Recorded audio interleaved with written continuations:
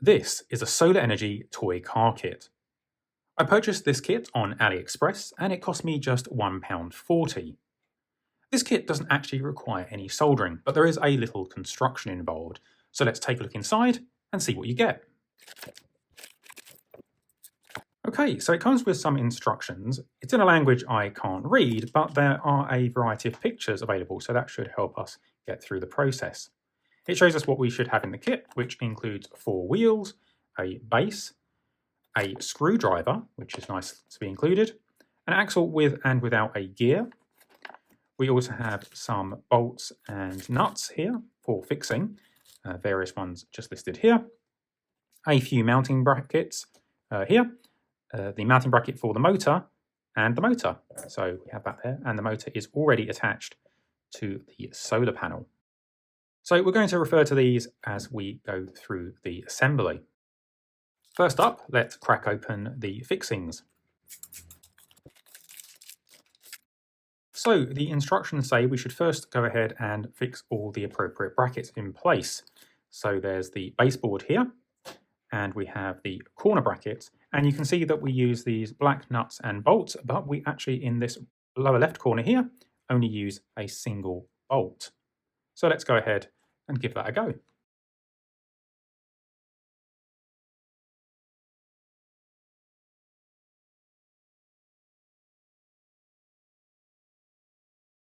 Okay, so there we have it. That looks as it should do in the picture.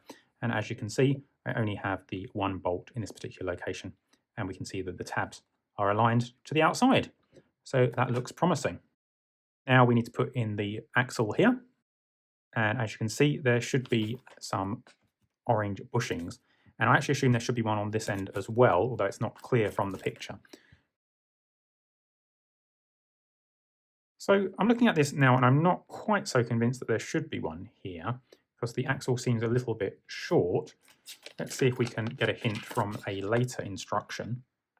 Yeah, there's no obvious indication that there are any on this side, and I can't clearly see one there either, so I'm going to remove that after all.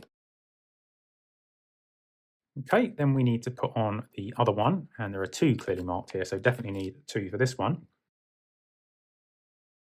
So I'm just going to adjust where the cog is on this because it looks like it's a little bit too sticky out. So let's see if we can just adjust it very slightly. There we go. This now does indeed look a little bit more like the picture. Next up, we need to attach the motor, and this goes just over the motor here, this little bracket. And then this can get bolted down onto here, and this should hold it against the gear. So let's try and install that. This one needs to go through both the top and bottom brackets. So now I've got that one side fixed in place. I am going to slot the motor in. And then finally, we need to attach the wheels. So all we need to do, I think, is press these onto the axles.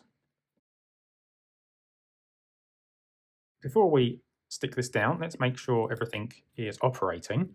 So I have a torch here, as you've probably seen, or flashlight for the Americans.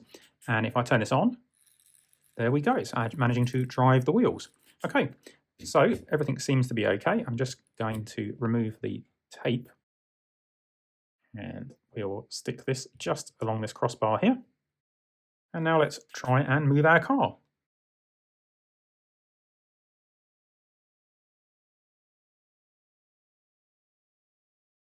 So it is struggling, but it is just about moving. Let's try off this rubberized mat and on the table instead.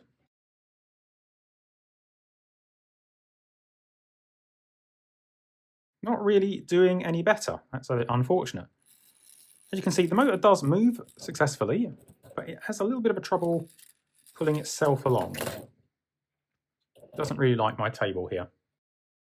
Let me just adjust the lighting slightly and see if we can give it a bit of a boost. As you can see, under these very bright lights, I am able to get the car to move with my torch or flashlight.